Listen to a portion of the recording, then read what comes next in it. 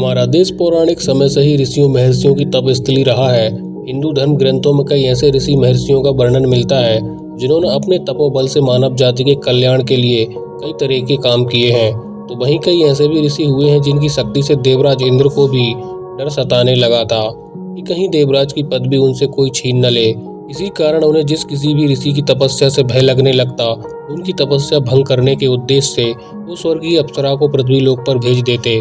ऋषि अप्सरा के रूप और यौवन को देखकर मोहित हो जाते थे। दोस्तों, इस वीडियो में हम एक ऐसे ही ऋषि की कथा बताने जा रहे हैं जिन्होंने करीब 1000 वर्षों तक एक अप्सरा के साथ भोग विलास किया।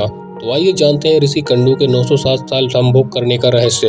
साथ ही दोस्तों, हमारे चैनल को आपके सपोर्ट की जरूरत है, इसलिए प्लीज ओम स्पेक्ट चैनल को सब्सक्राइब जरूर कर लें। दोस्तों, कथा के अनुसार पौराणिक काल में महान ऋषि कंडू हुआ करते थे जिनका आश्रम गोमती नदी के तट पर था।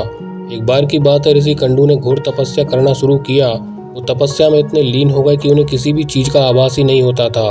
इस तरह ऋषि को तपस्या में लीन देखकर देवराज इंद्र हमेशा की तरह घबरा गए।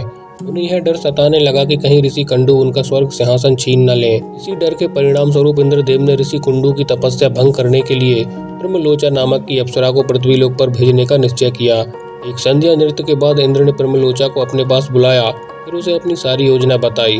बिना कोई प्रश्न किए ब्रह्मलोचा इंद्र की योजना के मुताबिक पृथ्वी लोक के लिए प्रस्थान कर गई। पृथ्वी लोक पर ब्रह्मलोचा सीधे वहां पहुंची जहां ऋषि कंडू तपस्या में लीन थे। फिर ब्रह्मलोचा ने अपनी शरारतों से ऋषि कंडू का ध्यान तोड़ दिया।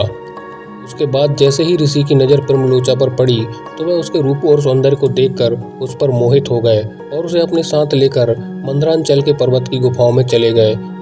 उसके बाद ऋषि कंडू ब्रह्मलोचा के सौंदर्य में इतना खो गए कि वो 100 से अधिक वर्षों तक उसके साथ भोग विलास करते रहे। 100 वर्ष बाद एक दिन अप्सरा ब्रह्मलोचा ने ऋषि कंडू से कहा कि हे ऋषि, अब मैं स्वर्गलोक वापस जाना चाहती हूँ, इसलिए आप मुझे खुशी खुशी विदा कीजिए। अप्सरा के मुख से जाने की बात सुनकर ऋषि उदास हो गए और उन्होंने कहा, हे देवी, अभी थोड़े दिन और रुक जाती तो अच्छा होता। ऋषि को उदास देखकर अप्सरा पृथ्वी लोक पर और रुकने को मान गई। फिर ऋषि कंडू ने अगले 100 वर्षों तक उसी गुफा में अप्सरा के साथ भोग विलास किया।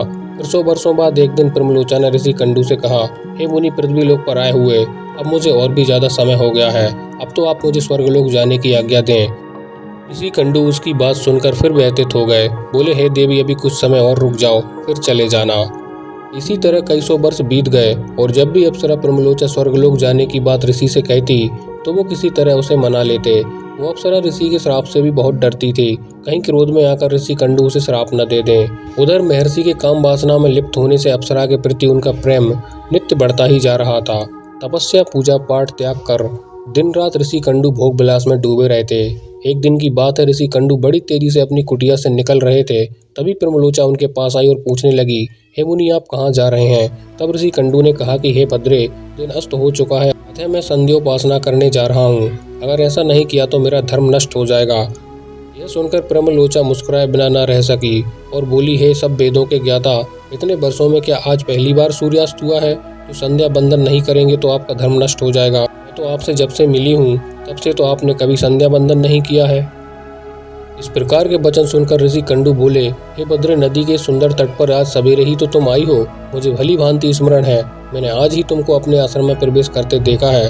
अतः अब दिन के समाप्त होने पर संध्या काल हुआ है, मुझे तो लगता है कि तुम मेरा उपहास कर रही हो। तब ब्रह्मलोचा ने ऋषि से कहा कि हे ब्राह्मण श्रेष्ठ, आपका यह कथन सत्य है कि आपके आश्रम में मैं सवेरे आई हूँ, परंतु आज नहीं, जिस सुबह मैं यहाँ आई हूँ उस समय को तो कई 100 वर्ष बीत चुके हैं। यह सुन महर्षि कंडू घबरा गए और बोले कि हे सुंदरी, मुझे सही सही बताओ, मुझे तेरे साथ रमण करते कितना समय बीत चुका है। तब ब्रह्मलोचा ने बताया कि आपको मेरे साथ रमण करते हुए 907 वर्ष 6 महीने और 3 दिन हो चुके हैं। यह सुनकर ऋषि कंडू हैरान हो गए और बोले कि हे प्रिय, क्या तुम सत्य कह रही हो या फिर मेरे साथ कोई मजाक कर रही हो? मुझे तो ऐसा प्रतीत होता है कि मैंने तुम्हारे साथ सिर्फ एक दिन ही बिताया है। तब ब्रह्मलोचा बोले कि हे ब्राह्मण, मैं आपसे झूठ कैसे बोल सकती हूँ, वो भी उस समय जब आप अपने धर्म मार्ग का अनुसरण करने के लिए तत्पर होकर मुझसे पूछ रहे हो। मैं यहाँ किसी के कहने से आई थी। ऋषि, आप क्रोधित न हो, मैं आपको सारी घटना का सत्य बताती हूँ, परंतु हे ऋषि, मेरा इसमें कोई दोष नहीं है, इसलिए मुझे क्षमा कर दीजिए। तब ऋषि कंडू ने कहा कि जल्दी बताओ, तुम्हें यहाँ किसने भेजा था? तब ब्रह्मलोचा ने कहा कि आपकी तपस्या से देवराज इंद्र को डर सताने लगा था और उन्होंने ही आपकी तपस्या भंग करने के लिए मुझे यहाँ भेजा था। ब्रह्मलोचा के मुख से ऐसे वाक्य सुनकर ऋषि कंडू व्याकुल हो गए और बोले कि धिक्कार है मुझ पर, मेरा धर्म नष्ट हो गया। एक स्त्री ने मेरी बुद्धि को भ्रष्ट कर दिया। इस स्त्री के संग से मेरा समस्त जीवन का तप नष्ट हो गया। इसलिए हे पापन स्त्री, अब तू जहाँ चाहे वहाँ जा सकती है, क्योंकि तुझे इंद्र ने जिस कार्य के लिए भेजा था वह कार्य संपन्न हो गया है। तूने मेरा तप नष्ट कर दिया है। महर्षि को इस तरह क्रोधित देख ब्रह्मलोचा भय से कांपने लगी, जिस वजह से उसका पूरा शरीर पसीने से भीग गया था। उस समय ऋषि ने जो गर्भ ब्रह्मलोचा में स्थापित किया था वह भी अप्सरा के रोम छिद्रों से निकलकर पसीने के रूप में उसके शरीर से बाहर आ गया। ब्रह्मलोचा के पसीने से वायु ने उस गर्भ को इकट्ठा किया और वृक्षों ने उसे ग्रहण किया। सूर्य की किरणों से पोषित होकर वह धीरे धीरे बढ़ने लगा। फिर समय पूरा होने पर उस वृषाग्र से मरीसा नामक कन्या उत्पन्न हुई, जो ऋषि कंडू, सूर्यदेव तथा वायु की पुत्री कहलाई। दोस्तों, आपको हमारे रहस्य और कहानियाँ कैसी लगती हैं, यह बताने के लिए आप हमारे लिए एक कमेंट जरूर छोड़ें। साथ ही आप हमारे चैनल को सब्सक्राइब भी कर लें। मिलते हैं नेक्स्ट वीडियो में, तब तक के लिए जय हिंद, जय भारत।